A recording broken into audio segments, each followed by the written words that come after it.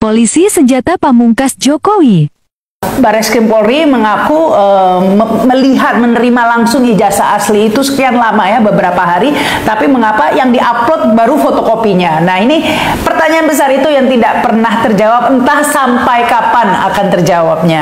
Bahkan ada yang bercanda ya, mungkin ijazah asli Jokowi itu disembunyikan di dashboard mobil SMK kali ya, makanya nggak pernah ada. Tentunya Jokowi berharap Polri ini menjadi senjata pamungkasnya ya untuk menghentikan polemik ijazah palsu ini ya. Tapi ternyata meskipun senjata pamungkas itu dikeluarkan, terbukti tidak sanggup menghentikan ya polemik ini. Di media sosial masih akan terus dibahas begitu ya.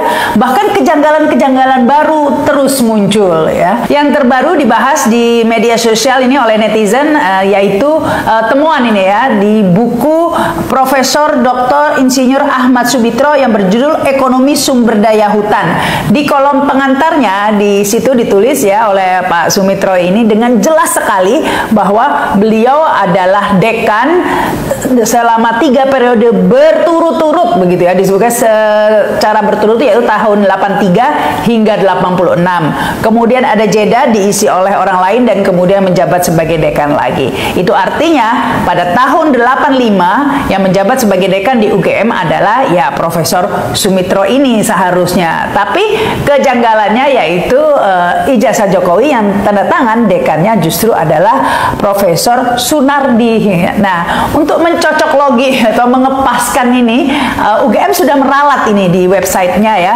Jika sebelumnya disebut bahwa Pak Sumitra ini adalah dekan dari tahun 83 hingga 86. Nah, ini diralat pada tanggal 21 Oktober 2022 demi mencocokkan ya nama dekan ini agar sesuai dengan yang ada di ijazah Jokowi. Ini sejarah dirubah begitu ya. Dan tapi ini UGM lupa tidak meralat yang bahasa Inggrisnya belum diganti. Jadi masih Sumitra yang menjabat sebagai dekan pada tahun 85 tersebut.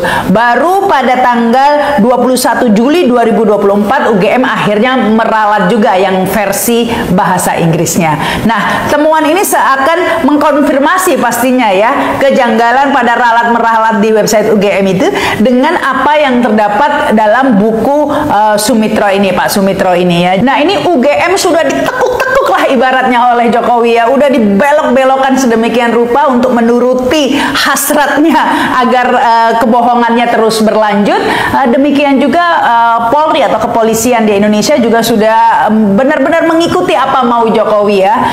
Bahkan ini viral lagi ini di media sosial bagaimana Kapolrinya sampai salim begitu ya, cium tangan kepada Pak Jokowi, menunjukkan betapa bahwa sebenarnya kita ini tidak punya kepolisian sebenarnya, nggak punya Polri, karena Polri itu punya Jokowi ya. Orang Indonesia sebenarnya tidak punya polisi, karena yang punya polisi adalah Pak Jokowi. Semuanya hanya untuk menuruti kemauan atau kepentingan penguasa, sehingga ini yang menyebabkan publik tetap tidak percaya meskipun Bareskrim sudah mengeluarkan rilisnya hasil uji forensik dari Puslap 4 Polri. Namun apa daya, publik tetap tidak percaya ya. Jadi ini UGM sudah dikeluarkan, Polri juga sudah dikeluarkan amunisinya begitu ya.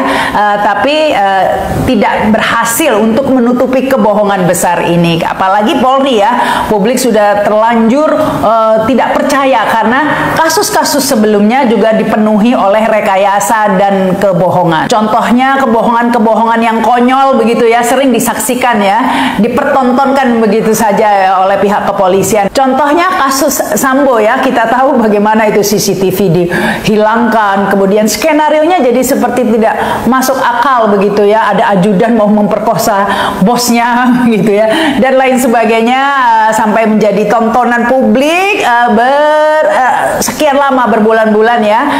Akhirnya sedikit demi sedikit tetap saja meskipun ada kekuatan besar, kebohongan itu tidak bisa ditutupi ya. Namun banyak juga kasus-kasus lain sebelumnya, dan yang paling menyedihkan adalah kasus 6 laskar FPI, karena ini Brigadir Joshua almarhum satu orang dan setidaknya berhasil diungkap sedikit kebohongannya.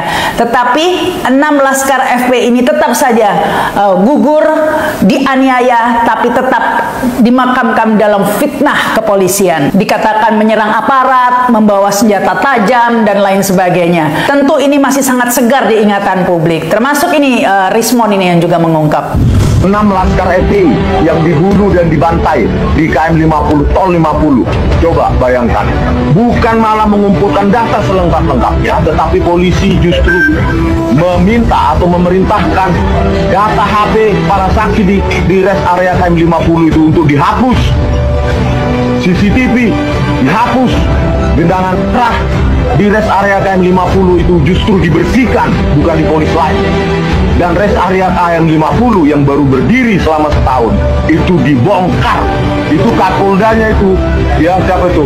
Imran, Fadil Imran terus bertanggung jawab.